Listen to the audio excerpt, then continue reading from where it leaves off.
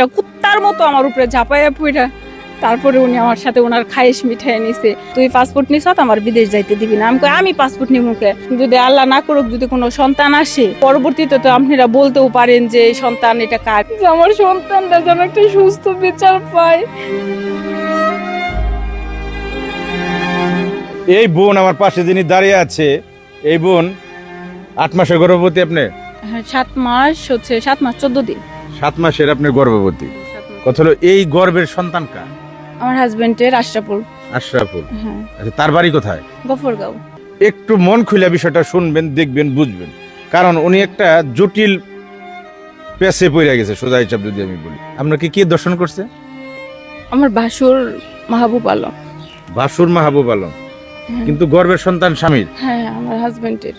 আচ্ছা, কেন আপনার ভাসুর আপনাকে দর্শন করলো? হচ্ছে যে আমি প্রবাসী, তো আমি প্রবাসী দীর্ঘদিন ছিলাম, থাকার পর আমার হাজবেন্ডের সাথে আমার পরিচয় হয়, মানে অনলাইনে হওয়ার পর ওর সাথে বিয়ে হয়। ফ্যামিলি সবাই জানে আমি দেশে ব্যাক করি। কিছুদিন সংসার বেশ সুন্দরই চলতেছিল বা করতেছিলাম, তো আমার যা কিছুদিনের ভিতরে হচ্ছে যে পরকীয়া করে অন্য লোকের সাথে চলে যায়। আমার বাসুরের ওয়াইফ, উনি পরকীয়া করে চলে যায়। যাওয়ার পরে ওনার যে 3টা সন্তান, একটা সন্তানের 13 বছর আর একটা মেয়ের 10 বছর, ছেলেটা ছোট ছেলেটার 4 বছর এরকমই হবে।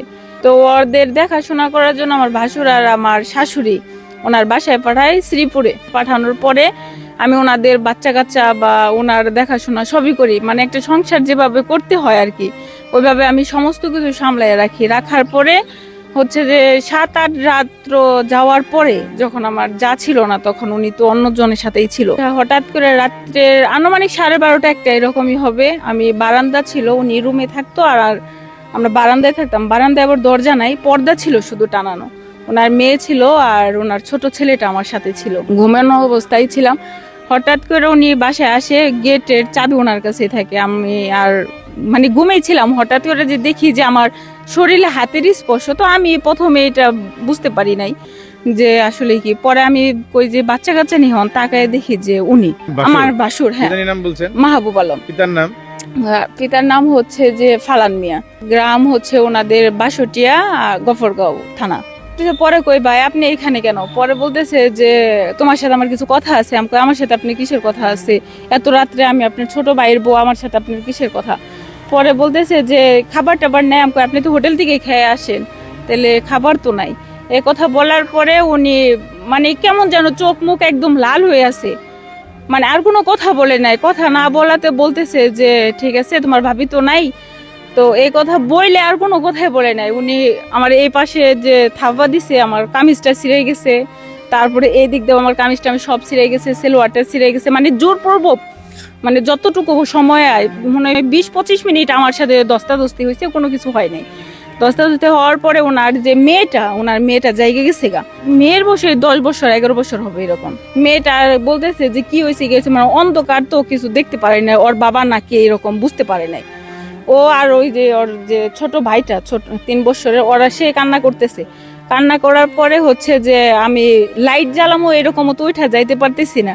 এক পর্যায়ে আমি আর কোনো কিছু পারি না। ধারালো বটি ছিল, ও বটি নিয়ে আসতে কয় তোর জব করে ফালামো যদি তুই এখন বেশি চিল্লা ফাল্লা করস। তারপর আমি নিরুপায় হয়ে যাই। নিরুপায় হওয়ার পর আর আমার হাতে কোনো কিছু থাকে না। উনি ওনার খায়েশটা কুত্তার মতো আমার উপরে ঝাঁপাইয়া পড়া। তারপরে উনি আমার সাথে ওনার খায়েশ মিঠাই নিছে। তারপরে আমি আমার হাজবেন্ডকে সাথে সাথে ফোন দিই কুয়েতে যে তুমি এলো কোথায় পাঠাইছো আমার, আজকে আমার সাথে এরকম অন্যায় হচ্ছে। উনি বলে যে তুমি কারো কাছে এগুলা কোনো কিছু বললো না, আমি যত তাড়াতাড়ি পারি আমি দেশে চলে আসতেছি। আমার শাশুড়ি আসে, সবাই আমার হাতে পায়ে ধরে। ধরার পরে আমাকে কোনো মামলা করতে দেয় না, প্লাস আমাকে বাসার থেকে 15-20 দিন বাইরেতেই দেয় না। আমার একদম পাহারা দিয়ে রাখে যে আমি কোথায় যাব না যাব, কোথাও যাইতে দেয় না। পরে আমার হাজবেন্ড অক্টোবরের 9 তারিখে দেশে আসে। আসার পরে তারপরে হচ্ছে যে আমার মোবাইলে যত ডকুমেন্ট ছিল, যে আমার জামা কাপড় ছিল, আমি ওনার এয়ারপোর্ট থেকে রিসিভ করি। সমস্ত কিছু ভালো, মানে ওনার সাথে আমার যেরকম মানে কোনো গন্ডগোলই নেই, এরকমই নেই। ওনার এয়ারপোর্ট থেকে আমি নিয়ে আসি, সব কিছু করি। করার পরে 2-3 দিন পর আমাকে বলতেছে যে আমার পাসপোর্ট হারিয়ে গেছে। হ্যালো, পাসপোর্ট কে নিছে? তুই নিছস, এই কথা বলতেছে। তুই পাসপোর্ট নিছ আমার বিদেশ যাইতে দিবি না। আমি পাসপোর্ট নিমুকে, পাসপোর্ট কি একটা ওয়াইফ কোনোদিন পাসপোর্ট নিবে? আমাকে এই কথা বলার পরে অনেক মারধর করে, মানে যেমন একটা কুত্তা পিটাইতেছে এরকম ভাবে আমাকে মারলো। উনি আমার ফোন টোন যা যা ছিল সমস্ত কিছু নিয়ে 17 তারিখে ওর ভাই মাহবুব আর হলো ওর ভাবি পাখি, এই দুইজনই মিলা মানে ওনার যে যে যে আপনারা দর্শন করলো যে তার বাসর। ওয়াইফ, হ্যাঁ আবার রিটার্নটা আসে কিছুদিন পরেই রিটার্নটা আসে। আচ্ছা আসে ওনারে মাইনাও নাই, নেওয়ার পরে হচ্ছে যে আপনার ওরা দুজনে মিলা বৃহস্পতিবার ছিল 17 তারিখ ওরে এয়ারপোর্ট পর্যন্ত পৌঁছাই দেয়। এই মুহূর্তে আমি কিছু জানি না, আমার কাছে ফোনও নাই, কোনো কিছু নাই যে আমি যোগাযোগ করুম বা কোথায় আছে। আমার শাশুড়ির মোবাইল দিয়ে ফোন দিয়ে আমি সিমে ফোন দেওয়ার পরে বলতেছে যে আমি অমুক জায়গায় আছি, আমার ভালো লাগতেছে না এটা সেটা। কিন্তু পরবর্তীতে আমি শুনি যে উনি এলো কুয়েতে চলে গেছে। যাওয়ার পরে আমাকে টোটালি সব জায়গার থেকে ব্লক মেরে দিছে। তারপর আমি সবাইকে জানাই, কারণ আমার পিওরিটির ডেট ছিল হচ্ছে আপনার 3 তারিখে ছিল। তাহলে ওইখানে থেকে হিসাব করতে গেলে উনি 9 তারিখে দেশে আসে। তা আমি সবাইকে জানাই যে আমার পিরিয়ড তো অক্টোবরের 3 তারিখে ছিল, যদি আল্লাহ না করুক যদি কোনো সন্তান আসে পরবর্তীতে তো আপনারা বলতেও পারেন যে সন্তান এটা কার এটা সেটা অনেক কিছু বলতে পারেন। আমি সবাইকে জানাই, ওনাদের গ্রামে যারা মায়মাতব্বর ছিল সবাইকে জানানোর পরে ওনারা আমার সাথে খারাপ আচরণ করে। পরে আমি বাধ্য হয়ে আমি এখানে চলে আসি, সফিপুরে চলে আসি। আসার পরে এখানে আসে অবস্থান করতেছি। তো ওনারা আর আমার কোনো খোঁজ খবর নাই বা আমার সাথে কোনো যোগাযোগ বা কোনো কিছু করে না। আমার সন্তান যে পেটে, আমি মরে গেলাম না বাইচা থাকলাম, কোনো কিছুই দেখাশোনা বা কোনো কিছুই করে না। সন্তান আপনার গর্বে, এটা আপনার স্বামীর না আপনার বাসুরের? আমার হাজবেন্ডের। এটা কিভাবে বুঝলেন আপনি? কারণ এটার পিওরিটির ডেটটা আমার জানা ছিল, তো মানে আমার হাজবেন্ড আসার আগে আমার পিওরিটি হয়। না আমার কাছে থেকে তো আর আমার সর্বহারা করছে। আমার কাছে জানুয়ারির 31 তারিখেও 5 লাখ টাকা নেয়। 5 লাখ টাকা নিয়ে আমাকে একবারে সর্বহারা করে। এখন আমি অন্যের বাসায় থাকি।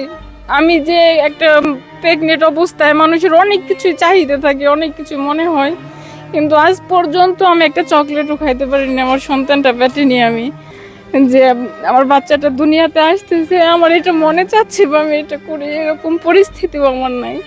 আমি যে আপনাদের এই পর্যন্ত আসছি, আমি আরেকজনের কাছ থেকে 60 টাকা নিয়ে তারপরে এখানে আসছি।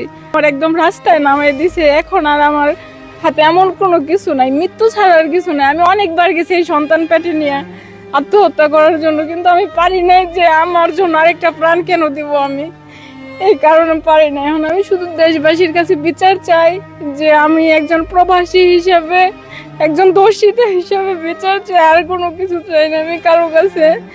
যে আমার সন্তানটা যেন একটা সুস্থ বিচার পায়। ও পৃথিবীতে আসার আগে যে লাঞ্ছিত হচ্ছে, লাঞ্ছিত গুলা যেন পৃথিবীর কেউ না হয়ে পায়। আপনারা সবাই শুধু এটা দেখবেন যে এরকম লাঞ্ছিত যেন কেউ না হয়। আমি রাস্তায় রাস্তায় ঘুরতেছি পাগলের মতো। ওর ভাই, আমার হাজবেন্ড আর আমার যা আমার জীবনটা শেষ করে দিছে। আমার মৃত্যু ছাড়া কোনো রাস্তায় দেখি না আমি কই যা দাঁড়াবো, বাবা মার কাছেও দাঁড়াইতে পারি না। আমার বাবা মারে অনেক অপমান অপদস্থ করছে, যে বাড়িতে আমি যাই না, কিছু করি না। এই আমার ভাসুরের বউ আমার বাবা মার কাছে যে আমার সারাটা এলাকা করে আসছে। আমার একটা বোন আছে অবিবাহিত, যে কারণে আমি নিজেই সেপারেট থাকি। তারপরেও হেরা যে ওখানে করে রাস্তাঘাটে আমাকে ঠেট দেয় যেন আমি মামলা উঠাইয়ে নেই। মামলা না উঠাইলে আমার মায়েরা ফালাইবো, এটা করবো সেটা করবো। সব সময় আমি একটা আতঙ্কিতর ভিতরেই থাকি যে কখন জানি আমার ওর আক্রমণ করে।